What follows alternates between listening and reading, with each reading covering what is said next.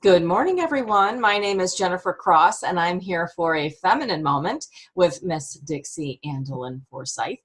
And she's going to be reading to us out of her new book coming out in 2018 called Fascinating Womanhood for the Timeless Woman. And we are so excited about this work of art that you created. So she's going to be talking today about women as the gatekeepers to civilization.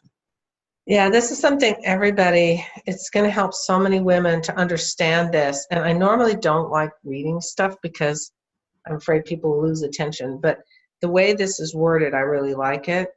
So here's this, it's not a huge quote, but here it is.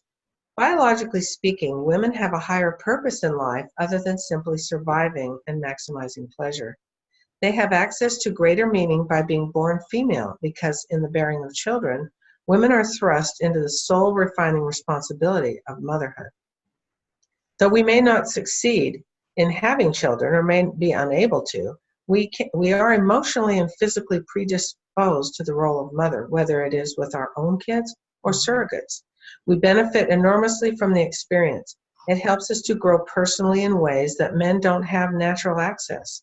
We must share this civilizing effect with men to ennoble them because of their baser natures. Mothers are the original adults in human society in the sense that they are compelled to take responsibility where others may more easily avoid. No true masculine man ever lacked a refining mother figure in his early life. You may want to think about that. A mother figure. It doesn't have to be his biological mother, but a mother figure. Men play a vital role in procreation, but they don't have to be involved for long, like a few seconds as far as the act. For us, it's like 9 months. They can run off and avoid responsibility, and the bad ones often do. And this is a challenge for men in their personal development because they can pretend to be children their whole lives if they run fast enough. Men, without embracing a civilizing influence, which we are better at as a group, will tend to seek pleasure over responsibility forever. This is why women are the gatekeepers of civilization. And this is something that we all need to really let sink in. By the way, men are the builders of civilization, protectors. It's not like they're some unimportant thing. They're incredibly important. Okay, but we are the gatekeepers. Women hold the keys to unlocking true masculinity. Without us, boys don't become men. They stay lost forever, seeking pleasure that does not fulfill and taking their aggression out on whoever or whatever is convenient. Lack of good women leaves men miserable and confused and at a loss for constructive motivation. When a man is raised with the influence of a good woman, he will embrace and cultivate his natural masculinity.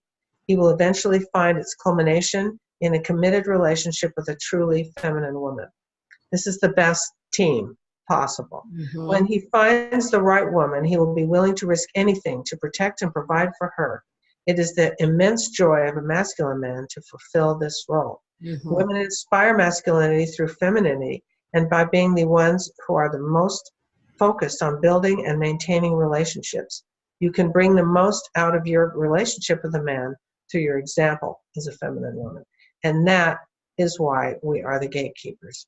We tend to be more of the two sexes. We're more interested in relationships than men are. It's not that they're not, but it's up there at the top of the list. Women buy more of the self-help books than men do. It's just a fact. It's not that they're uninterested. They're just not as interested as a group. And someone would say, well, I know a man who is, and sure there are, but we're talking about broadly speaking. When you look I think we've talked about this once before, when you look on television and you see riots, people breaking windows and stuff, look at who's doing it. They're almost all young men, probably mostly unmarried. And this portrayal of uncivilized behavior is how men often are when they're not raised with the influence of a feminine grounding woman, a good mother. That doesn't mean that you have total control over your sons. You don't, but you have an influence on them that is much greater if you if you work on that, then any kind of control or any other job you do or anything, the fate of nations, the fate of worlds lies primarily with women. Yeah. Not protecting our nations, but keeping them solid. I mean, the destruction of Rome didn't happen because they were invaded. It came from within. Mm-hmm. And that's what Fascinating Womanhood is about, developing lifelong love affairs. The greatest thing you can give your children is a great marriage. Mm-hmm. A lifelong love affairs, and then the stable influence of a good woman of character who knows how to raise her sons and her daughters. That's wonderful. I love it. Cannot wait for the book to come out. I know you. Neither can I. I've been working on it so long. Neither can you. I know. I know, I'm so tired of working on it, but I feel like it has to be right. It will be. We're getting that right now. We're getting the chapters in order, making sure they flow in just the right order. I mean, it's basically written. It's just details. Details.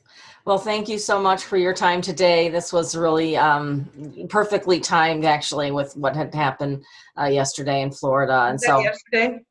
Was that yesterday? Oh, so okay. So we'll be hearing more details about that as time goes on. Thank you so much for your time. Everybody watching, please like, comment, and share. We have a very beautiful message to inspire men and women. And please visit the website as well. And if all men knew about Fascinating Womanhood, they would totally support it. We'd probably get a bunch of cash donations. Yes. Love this because this supports good men. Women love it. Thank you, Dixie. Okay. I'll talk to you soon. Bye, everyone. Bye.